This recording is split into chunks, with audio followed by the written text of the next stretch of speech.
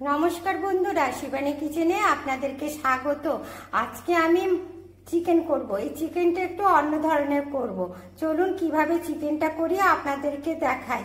বন্ধুরা, আমি চিকেন নিয়েছি 750 চিকেন আছে এখানে।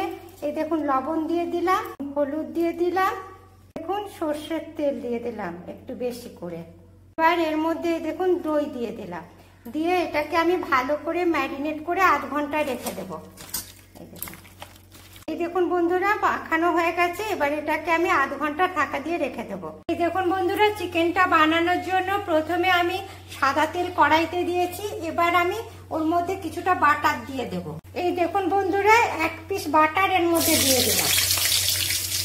বন্ধুরা, বাটারটা গলে গেছে। এবার এর মধ্যে আমি এই চিকেনগুলো হালকা ভেজে নেবো। এই দেখুন, এই চিকেনগুলো করে দিচ্ছি, এগুলো হালকা ভেজে নেবো। এবার একসাথে সবগুলো দেবো না, একটু একটু করে দেবো। দেখুন, আস্তে আস্তে সমস্ত চিকেনটা দিয়ে দিলাম, দিয়ে এটা হালকা একটু ভেজে নেবো। এই দেখুন বন্ধুরা, চিকেনটা হালকা ভাজা হয়ে গেছে। এবার এটাকে আমি তুলে নিচ্ছি। চিকেনটা এইভাবে তুলে নিচ্ছি ছেঁকে ছেঁকে। এবার এই আলুগুলো দেখছেন, এই আলুগুলো ভেজে নেবো। দেখুন, আলুটা ভাজা হয়ে গেছে। এবার আলুটা আমি তুলে নিচ্ছি। একটুখানি সর্ষের তেল দিয়ে দিলাম। এই দেখুন, মধ্যে একটু চিনি দিয়ে দিলাম, শুকনো লঙ্কা ফোড়ন দিলাম। এবার এর মধ্যে এই দেখুন গোটা গরম মশলা দিলাম, আর এই দেখুন তেজপাতা দিয়ে দিলাম। দেখেছেন কি সুন্দর গন্ধ উঠে গেছে। এবার সরু সরু করে পেঁয়াজ কেটে রেখেছিলাম, সেটা দিয়ে দিচ্ছি। এবার এইগুলোকে আমি, এই দেখুন পেঁয়াজ, গরম মশলা, তেজপাতা ভাজা হয়ে গেছে। এগুলোকে আমি তুলে নেব, তুলে নিয়ে পেস্ট করে নেব। এই দেখুন, তুলে নিচ্ছি, দিয়ে মিক্সিতে দিয়ে পেস্ট করে নেব।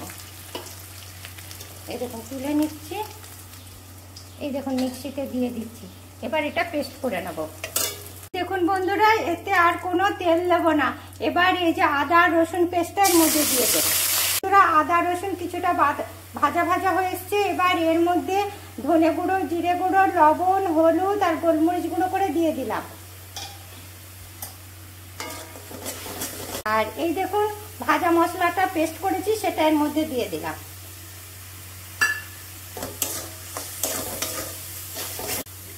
এবার এই যে চিকেনটা ভেজে রেখেছি এর মধ্যে দিয়ে দিলাম,